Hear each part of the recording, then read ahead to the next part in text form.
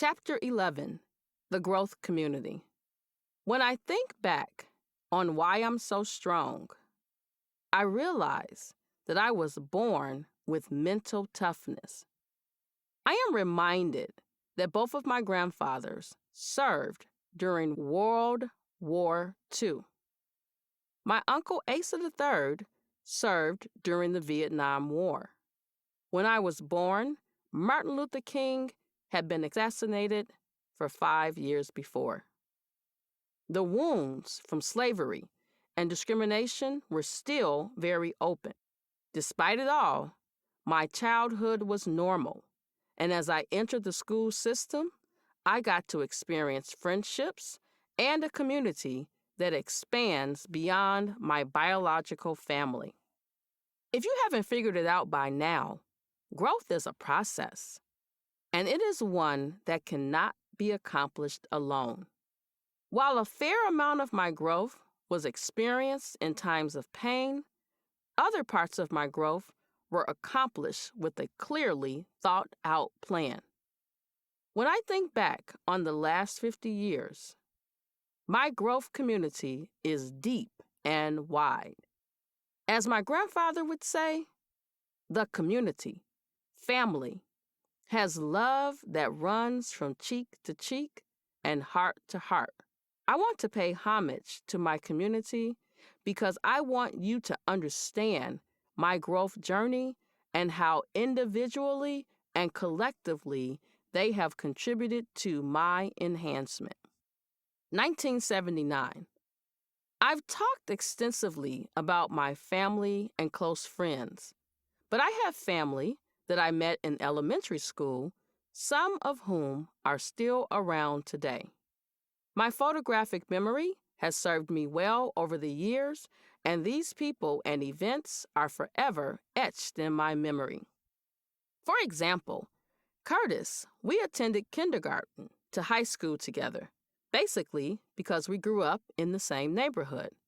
I am certain that our church upbringings were a common denominator.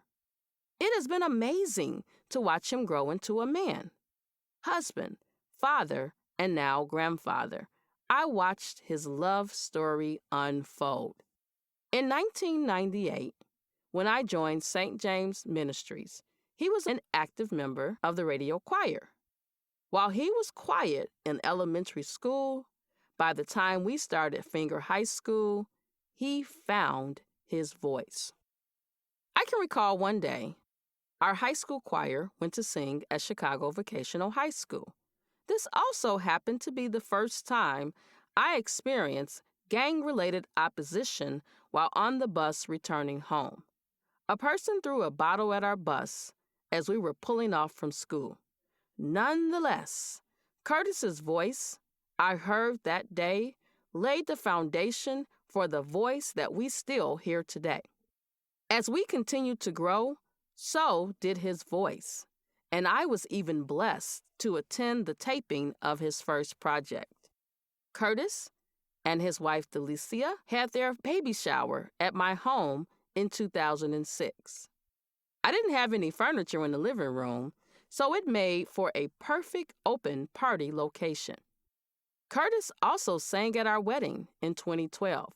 To show you the connection, Janita mentioned earlier, Curtis and I all attended the same elementary and high schools. 1984, I was introduced to airplane travel. Having personally only traveled out of Chicago via car with parents, grandparents, and aunts to Canton, Mississippi, and Raleigh, North Carolina. My mother promised that she was going to take us on a trip to Disney World. I was excited to experience another part of the United States.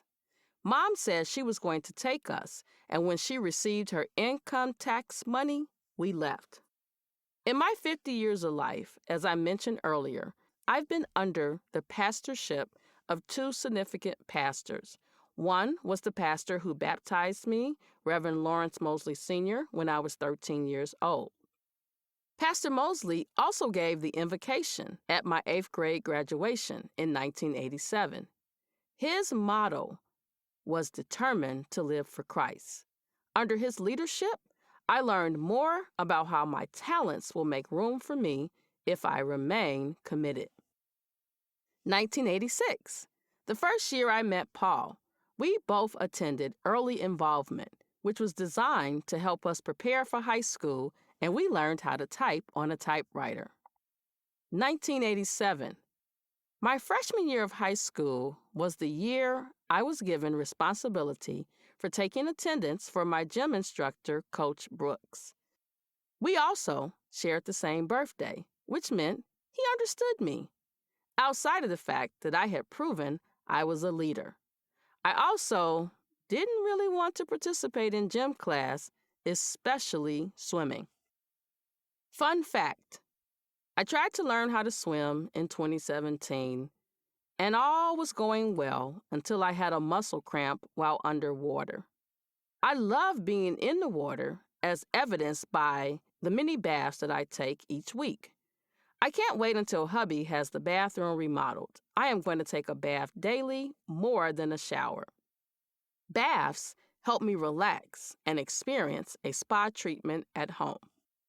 1988. During my high school years, I actively participated in the gospel choir and the modeling club. I loved to put on nice clothes and walk the runway. I later learned that hubby loved to watch me model. The modeling club allowed me to embrace my body type and hold my head up. I wasn't the smallest girl in the club, but my confidence was huge. 1989.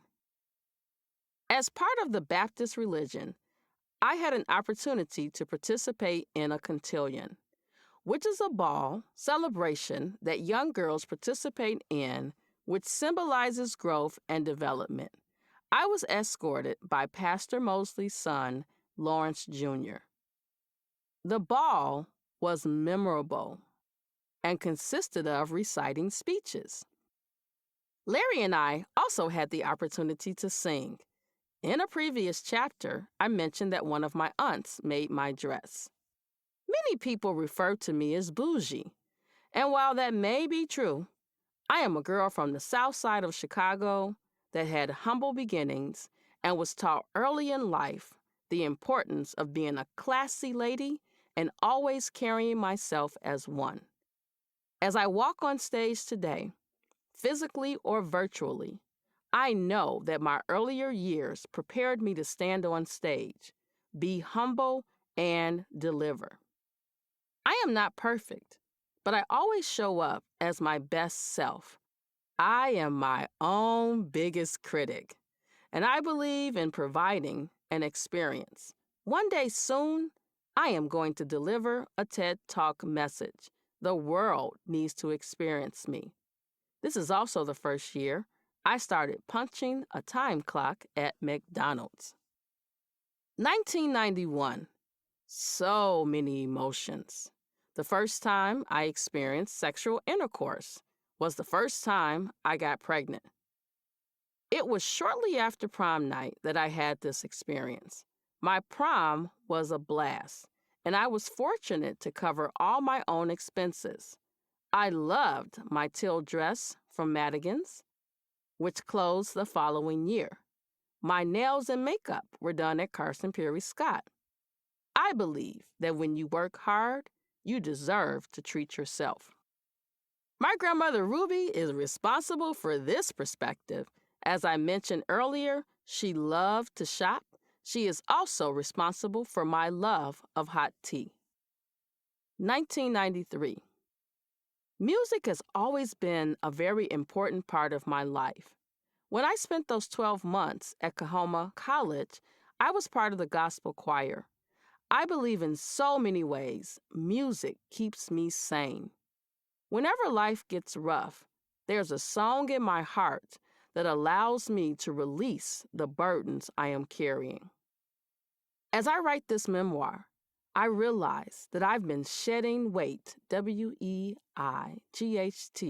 my entire life.